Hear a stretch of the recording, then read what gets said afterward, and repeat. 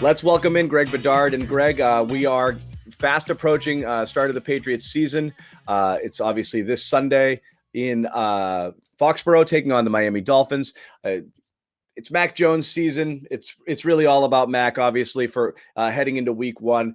He gave an interview the other day where he said, he's not surprised he was named the Patriots starting quarterback. And again, this is a topic of conversation here. How it came about. You spent a lot of time on BSJ breaking down exactly how the Patriots came to this decision. We'll get into that in a minute. But just first off, I hate doing the people are talking, some people are talking thing, but is this level of confidence something you like to see in your rookie quarterback? Or is it a little bit, could this comment "not surprised" be construed or taken the wrong way? Because I like it. I like it. Yeah. I love it. I love it. I mean, yeah. I want my quarterback to be the big alpha male in the locker room. I mean, look, you can say all you want about fitting into the team culture and stuff like that, but every team needs a leader. And there's no bigger leader in team sports than the quarterback on a football team. And I love what I've seen out of Mac this summer. I love what I've heard out of him. I mean, he's boring as hell, but that's what you get from two guys who have played for, or a guy who played for Nick Saban and Bill Belichick. But he definitely has this quiet cockiness, and I think that cockiness is deserved because it comes from knowledge, knowing that you're prepared. When you're prepared and when you do all the work, you should be confident in your own abilities, and that's what I see with Mac Jones. And to me, there's nobody who's more prepared as a young quarterback to play in this league than Mac Jones in recent years. And you mentioned, and we talked about it. Sorry, off the top here, you did a breakdown, and I agree 1,000%. Is you have to be. You want them to be confident. But he's confident in the right way. He's not saying I've got it all figured out. He's right. Confident in his abilities, but he's also humble, knowing he's got a ton to learn and he's got a lot to improve, and he's in there like a sponge soaking it up. So I think he's hitting all the right notes with his stuff. So we spent a lot of time breaking down the decision on why exactly Mac Jones was named the starter. A lot of you, reporters who were going down to camp were saying that Mac seemed to be ahead throughout, both in what you saw in the training camp, in the joint practices, in the preseason games. Now, Greg, yep. You got a look at this coach's all-22 film. Most people don't have access to this, so it's pretty cool stuff. And on BSJ, and again, reason enough to subscribe, head over to BSJ, go subscribe, BSJ.com, BostonSportsJournal.com, $39 a year, 11 cents a day. Terrific stuff. You broke down throw by throw Cam Newton and Mac Jones throughout every preseason game. Really cool 3-part series that Greg did on BSJ here. And you were able to highlight one specific throw that you thought above all else that Mac Jones made. It wasn't even a completion. That was reason enough. If you just showed that to McDaniels and Bill Belichick, that you could have made a case for Mac being the starter just based off that one throw.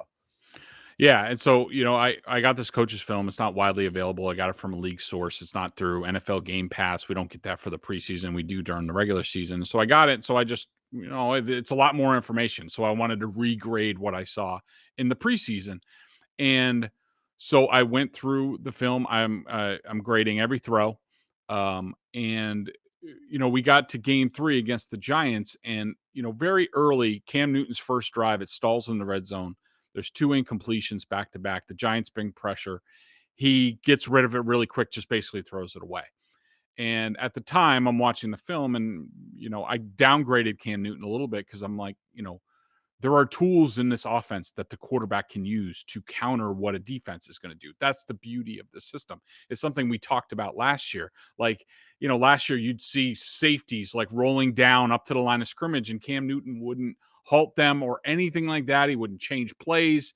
And it really puts the Patriots offenses at a disadvantage. We saw more of that in this preseason game. I question, he's in his second year. We can't do anything more here. You can't adjust anything. And he didn't. And so there are a couple quick incompletions and, what have you. And so then I start watching Mac Jones, and about midway through the second quarter, and keep in mind that Mac Jones went against the Giants starting defense with the backups of the Patriots. There's a 3rd and 4 play to Christian Wilkerson. It was incomplete. Wilkerson got held. It got called. It was defensive holding. What you notice on the coach's film is, which you don't see on the TV copy, or at least I did not notice, is that when Mac Jones comes to the line of scrimmage, he does 4 things that remind you of this offense under Tom Brady. The first thing is he gives a dummy snap count where he goes, ready, set, hut, and nobody jumps on offense. The Giants start to pressure a little bit. The safety drops to the line of scrimmage. So all of a sudden now you can count. There's 7 guys in the box. They're in empty protection, which means no running back in the backfield. That means 5 offensive line blockers. Devin Asiasi is detached a little bit. After that, Mac resets the protection, changes the mic identification to where the offensive line is going to point their protection. He also tells Devin Asiasi to stay in the block, which he doesn't do properly, but that's a different topic. So that's 2 things that he's done. Then he makes a signal to Christian Wilkerson to change his route. He also does the same thing to the left side of the field. You'll see him give sort of like a gun hand placement, and which we've seen Tom Brady do before. This is baked into the Patriots offense. So to this point, he gave a dummy snap count, changed the protection, kept the tight end in, changed routes on both sides of the field. And the play went incomplete, but it had a chance of popping. Mac Jones made the right decision. A guy bears down. Mac Jones understands we only have 5 blockers, well, 6 with the tight end. There's still 7 rushers that could come. There's the potential that there will be 1 unblocked guy. That is my responsibility as the quarterback. He dealt with it right. He got the ball out. They got a penalty. They advanced. What Mac Jones showed on that one play is more than Cam Newton has shown in his 2 years with the Patriots. And to me, if you were Josh McDaniels and you had to make the case, you go into Bill Belichick and make the case, Bill, we got to go with Cam. Bill, we got to go with Mac. And this would be the one play because you're like, look, we have all these tools in this offense that we've been using for 20 plus years. Cam can't access them at this time. It puts us at a disadvantage. Mac can. Look what he's doing right now. Imagine what he can do with more coaching and more reps. And to me, that one play made it clear that Mac Jones should be the starting quarterback of this team. And again, head over to BSJ and subscribe. Read it if you're a member, and if not, subscribe. It really is. You get the full video breakdown. There's 6 clips from that game, 6 clips from the Eagles game, and 8 clips from the Washington game, where I talk you through certain plays and good and bad from both quarterbacks. Yeah, and you really see stuff you just don't really pick up on if you're just watching the game film, how many different things it goes into pre-snap and what they see and what they don't see, what throws were available, what throws they could have made, the ball placement, could it have been better? And there's just a ton there. It really is a treat, and you learn a lot. So that was an awesome thing. Speaking of Cam Newton, he is still looking for a job. He says he's not going to retire, but he did give a little teaser today on social media that he has a lot to get off his chest. He's going to kind of let it all out there, talk about his future, and who knows what let it off his chest means. He's going to do this, I think, on his Instagram on Friday. So we'll talk about that when it happens. But we don't know what a lot off his chest means. We haven't heard from him since he was a surprise cut of the Patriots. Bill Belichick finally did talk about him earlier this week after kind of blowing it off, the day after the release, or the day after the release, and did say a bunch of nice things about it. But we haven't heard from Cam yet, so we don't know what get stuff off his chest means, if he's going to take any shots at the Patriots. You think he does have a bit of a beef, if he wanted to, about how just things played out for him this offseason? I do. I mean, I put myself into Cam Newton's shoes, and look, the preseason reps there was a huge disparity in the preseason games. Mac Jones had 107 snaps total, 67 dropbacks. Cam Newton had 38 total plays, 21 dropbacks. And look, if you're Cam Newton, he probably didn't say much at the time because he probably figured, all right, well, they're treating me as a starter. I'm the starter. So, okay, they know that I have nothing else to prove, really. So I'm fine with a lesser workload. The rookie needs the reps. I understand. That's fine if I'm on the team and I'm the starter. But if I'm released I'm sorry. If I'm Cam Newton, I have a beef with the Patriots, and just like, did you give me a chance legitimately to win the job? Like, if I was competing really for the starting job, if there was a competition, why didn't you make it closer to 50-50? All right, you can give Mac a little bit more because he's a rookie and he needs to work, but you got to give me more reps than that. I mean, Cam Newton's total plays were like half of Mac Jones's just passes, let Yeah. alone the other plays. And then the other beef that I would have with Newton is, look, you said I had a clean slate this year. We all know last year was rough. I came in late. We didn't have any weapons. Like, the team wasn't any good. You basically Right. admitted all I this for can't be what you did in the graded on last offseason. year. Yeah, it's Right. not. And so if you were going to cut me, at least give me the opportunity to show more than you did in the preseason. I mean, just 21 passes. I didn't get a chance to run once. So there's nothing on film this year that tells people that I'm very much improved. So if I'm Cam Newton, then I have a little bit of a beef. And I think all of that is legitimate, and it plays into what I thought was what was really going on all off season and all preseason. Sorry, it was the Patriots were not. It wasn't a battle. They were just seeing if Mac was ready to do the job. They had decided, and it's evident in all of the stuff that you just said. They had decided who Cam Newton was, what he was, what kind of team they would be with him as a quarterback, and they were okay if they had to be, but they were clearly looking for something better. And if you're Cam, you have to recognize that to an extent, because they drafted a quarterback in the first round. When teams do that, they want that guy to be the starter sooner than later. So that's inevitably going to happen. But you're right. In terms of transparency, it was not a real competition for Newton. Whether he should have known that or seen that going in, or whether if he was given more reps, might he have been able to show something. He's entirely entitled to feel that way. But I don't think I agree with you 100%. It was never really a competition. It was, let's throw as much at Mac as possible and see if he can do the job. And they did. And look, we talked even coming into the season that, like, this was Cam Newton's career, basically. Yeah. And if this was it, if you're Cam Newton, you'd be like, dude, you got to give me more of a chance to show what I can do than that.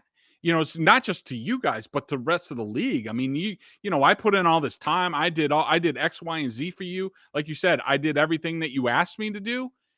And you don't give me an opportunity to show that I can be an NFL quarterback for other teams. Like, no, sorry, man. That's not right. I mean, that's the beef that I would have if I was Cam Newton. And I think that's fair. It's fair. It's legit. All right, Greg, thanks a lot. Lots more Patriots coverage throughout the week. All right, switching gears to basketball. Let's bring in Sherrod Blakley. Celtics. Brad Stevens does it again, huh? Yes. The man never sleeps. He's a robot. He's wow. This might be the biggest of the offseason. Celtics bringing back Luke Cornett. There are some people I know who are very excited about that. Bobby Manning. Some people called this a steal.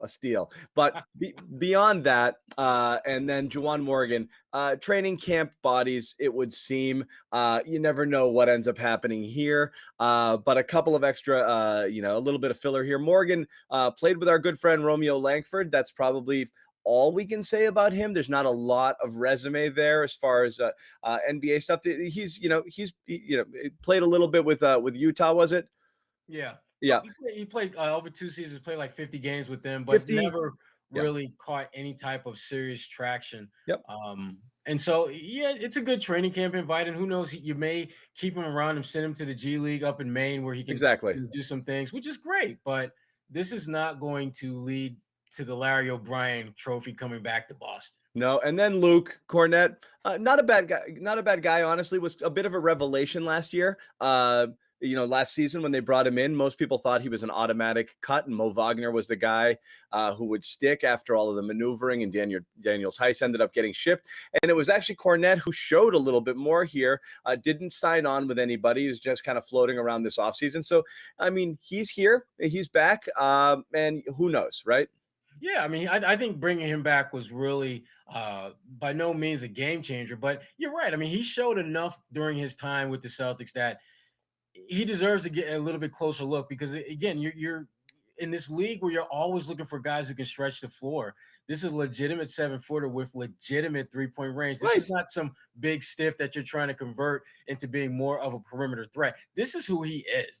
It's a part of his game. So it's a good pickup for the Celtics, and it comes at a great price. You're not making a huge investment in him, yet you have the potential to reap significant rewards in certain situations with him. Can't hurt. Another thing happening this weekend, Hall of Fame weekend out in Springfield. Our man Paul Pierce, I wouldn't say lifetime Celtic, but one of the great, all-time great Celtics, set to enter the Hall of Fame. And Paul doing a little bit of media rounds this week, and this man clearly does not give a F about anything. And it's almost, depending on which side of things you're on, it's kind of refreshing listening to Paul just kind of be open and talk about things honestly, where most people will kind of, bat stuff around. There's obviously the viral video incident where Paul's kind of living his life out there, doing things, ladies around, he's smoking, he's doing whatever, and he said, hey, this is what I do. There's nothing wrong with it. There's nothing illegal, and all you hypocrites are doing the same thing. On top of that, he's bashing ESPN on the way out. He's saying a lot of different things here. So just your overall reaction to Paul Pierce, or this version of Paul Pierce that's uncensored, unfiltered, and ready, to kind of, waltz into the Hall of Fame here this week. And I'm kind of curious what he's going to say there. Oh, he's not waltzing. He's got the shoulders going back and forth. He is strutting into the Hall of Fame, and I love it. Yeah. This is first of all, he's living up to the name, The Truth, because that's really what he's spilling right now to anyone and everyone with an earshot. But the thing about Paul Pierce you have to understand is this is a man and that has made $195+ million in salary. So that money that he was getting from ESPN was more like lunch money. So now all of a sudden, you got people who say, we're not going to pay you any lunch money. You think he's going to lose sleep over that? Hell no. That's why it's very easy for him to just basically light a match, and pour a little kerosene at the doorstep as he's leaving the building. And, some of the things he says, there's a lot of truth in that. I mean, we've heard many individuals talk about how all ESPN wants to talk about is LeBron James, and understandably so. He moves the needle. We get that. But it's refreshing to hear that from someone who was within that inner workings, like Paul Pierce. And again, the point that he made about just the viral video was a legitimate one. People thought that might impact his Hall of Fame candidacy. And he's just like, you got people who smoke cocaine. You've got people who've done this, that, the other. Doing a lot worse stuff, right? And what he did wasn't illegal, didn't harm anyone, didn't do any damage. And it's kind of ironic that, the worldwide leader is cracking the moral, it's not illegal. It's a moral thing. If you frown upon that stuff, it's your choice to be offended. It totally is. But what he's saying is, don't wag your finger at me. You're doing, the guys out there are doing this and worse. I don't want to hear from them. Right. And it just seems a little bit, because there's some things that ESPN is starting to look into venturing and being a part of that might raise some morality issues. And yet they're okay with that, but this they're not so okay with. So I love the fact that Paul is just kind of putting that out on blast and just saying, hey, y'all see the same thing I see. This is some BS. Yeah. As he struts into the Hall of Fame. One other thing he said, and this is a nice kind of like far-reaching interview. He did it with Chris Mannix, I believe, and there's a lot of things he hit on there, talking about his Celtics days, pre-Big Three. One thing that really stuck out to me was, a back and forth he was having with Doc Rivers, where Pierce is the guy. He's the scorer there. He's really, and again, there's some people out there in the audience that think like, the Celtics were born in 2008, who don't, and again, it's not that long ago, but it seems, a zillion years ago, where Pierce has just put up numbers and they're a pretty mediocre team and they're really struggling for relevancy there. And really that was one of the better teams they'd had since the Bird era that was doing anything, but still not nearly good enough. And Pierce was the man clearly, and didn't have that much talent around him. And there's a little anecdote there where he's saying, Doc Rivers telling me to pass more and be more passive and don't just shoot all the time. And he takes a dig at our man Yuri. Who am I going to pass to?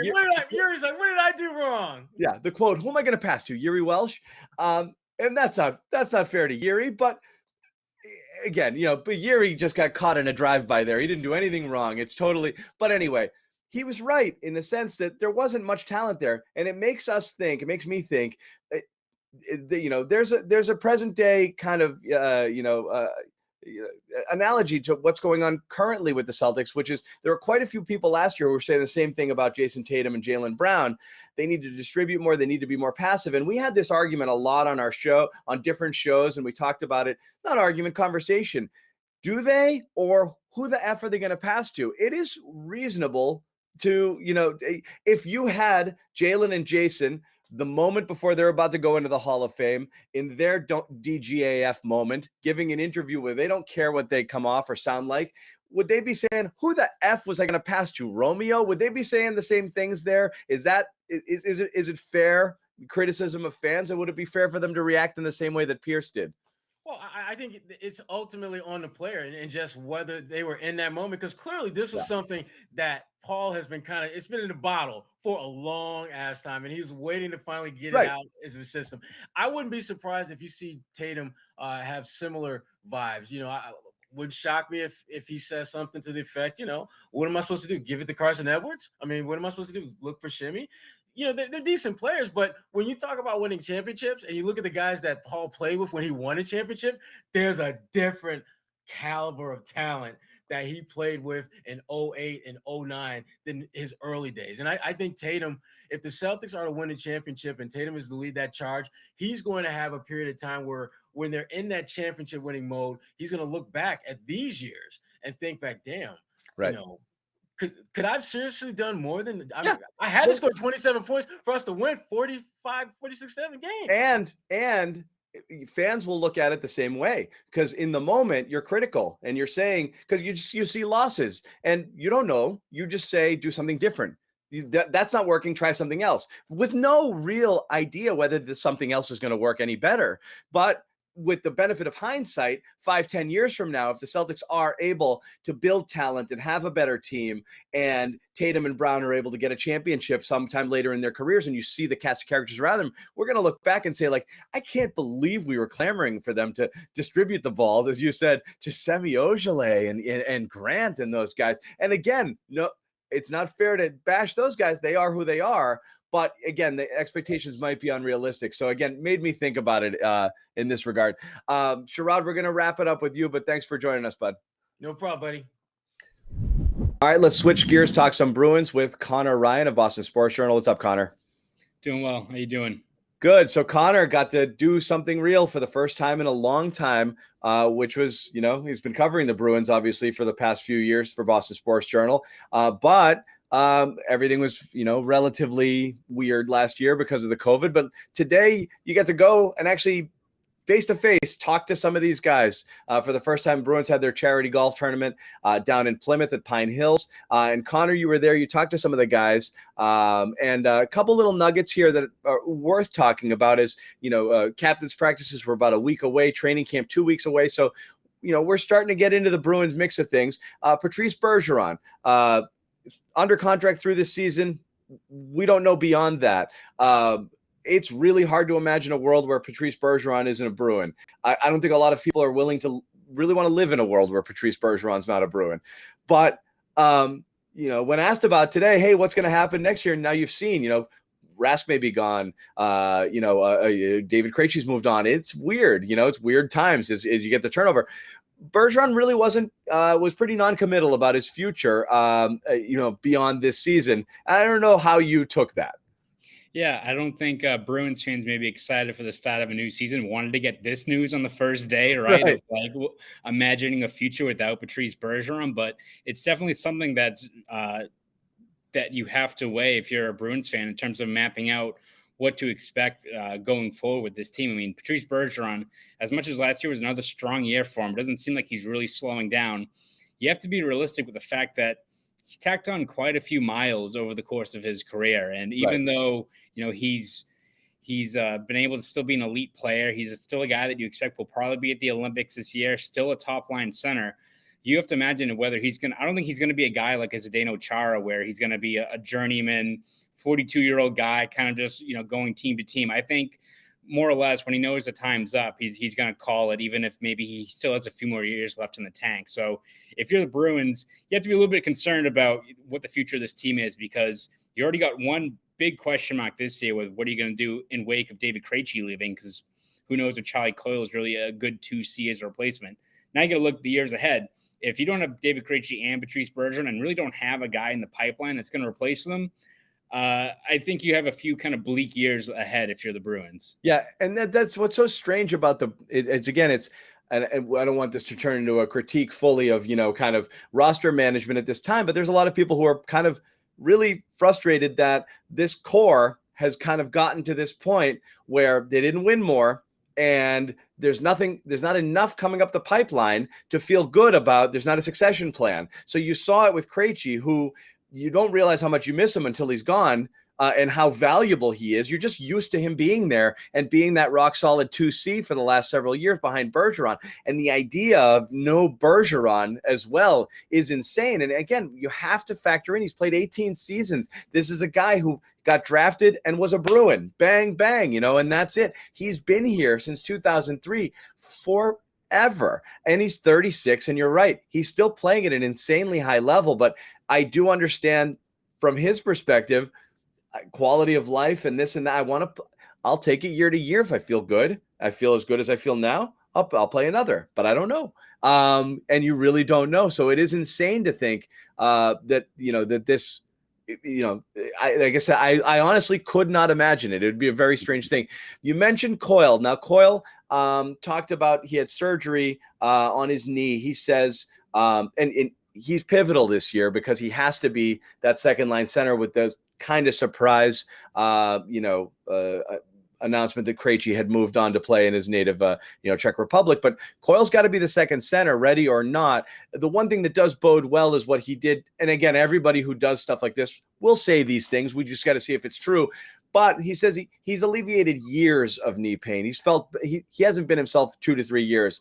So if there's another gear to Charlie Coyle's game, it would be nice to see it. The version we've seen over the past couple seasons, I don't think is necessarily the answer in that second center position. But are you optimistic that maybe this actually is a thing and he can up his game now? Yeah, absolutely. And I think you always have to be cautious around this part of the preseason, right? Where you're in that era where everyone says, they're in the best shape of their life, or they did all the right things in the off season. They feel a lot better. But I think especially for Charlie Coyle, where it's not like this has been a thing that kind of popped up late last year. If it's a knee injury that has been bothering him for a few years now, and I think it was pretty noticeable last year, especially. I mean, even when Charlie Coyle hasn't been a point producing guy, you kind of are used to seeing those kind of trademark shifts from him where he's a puck possession kind of center that can drive play. Didn't see that much last year. So if he's able to get healthy, he was kind of invisible a lot of times during the year. Yeah, exactly. It wasn't like the same Cole you saw even, let's say, in the 2019 playoffs. So if he's able to stay healthy and get back to that role, and granted, he has a lot of things working in his favor this year where he's with most likely Taylor Hall and Craig Smith. If he's able to get kind of that clean slate, get back to just playing his game and have better finishers next to him, you hope that, it's not like he's going to be the next David Krejci, but if he can be a productive 2C and drive play and hold on to the puck in the O-zone, it'll help the Bruins at least do what they can to replicate some of that lost production with David Krejci leaving. Yeah. So little good news, little bad news.